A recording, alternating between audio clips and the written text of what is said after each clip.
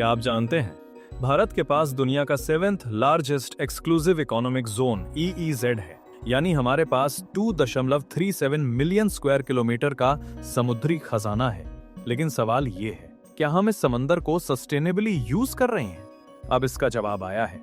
Government of India के नए नियमों के जरिए rules for sustainable harnessing of fisheries in the exclusive economic zone, ये इनिशिएटिव हमारे ब्लू इकोनॉमी को बूस्ट करने के साथ साथ मरीन इकोसिस्टम को बचाने का भी मिशन है। अब डीप सी फिशिंग का फ्यूचर सिर्फ बड़े इंडस्ट्रियल ट्रॉलर्स नहीं, बल्कि फिशरमैन कोऑपरेटिव्स और fish farmer producer organisations FFPOs के हाथ में होगा, जो अब टेक्नोलॉजिकली एडवांस्ड वेसल्स चला पाएंगे। सरकार ने इंट्रोड्यूस किया है एक नया concept, mother and child vessel system.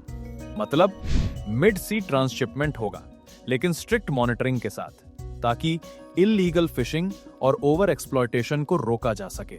और सिर्फ इतना ही नहीं, अब हर मैकेनाइज्ड वेसल को मिलेगा digital access pass via real craft portal, जिससे ट्रेसेबिलिटी, इको लेबलिंग और एक्सपोर्ट सर्टिफिकेशन आसान हो जाएगा। यानी अब Indian sea food global market में और भी ट्रस्टेड ब्रांड बनेगा। LED light fishing, pair trawling और बुल ट्रॉलिंग जैसी डिस्ट्रक्टिव प्रैक्टिसेस को कंप्लीटली बैन कर दिया गया है, और साथ ही मिनिमम लीगल फिश साइजेस और फिशरीज मैनेजमेंट प्लान्स इंश्योर करेंगे कि फिश स्टॉक नेचुरली रीजनरेट कर सकें। मैरीकल्चर जैसे सी केज फार्मिंग और सीवीड कल्टीवेशन अब ऑल्टरनेट लाइवलीहुड के रूप में प्रमोट किया जा रहा है, ताकि कोस्टल प्रेशर कम हो और फिशरमैन की इनकम बढ़े। साथ ही हर वेसल में ट्रांसपॉन्डर्स और QR कोडेड ID कार्ड्स होंगे, जिससे इंडियन नेवी और कोस्ट गार्ड को मिलेगा real time data for coastal security और मरीन सेफ्टी।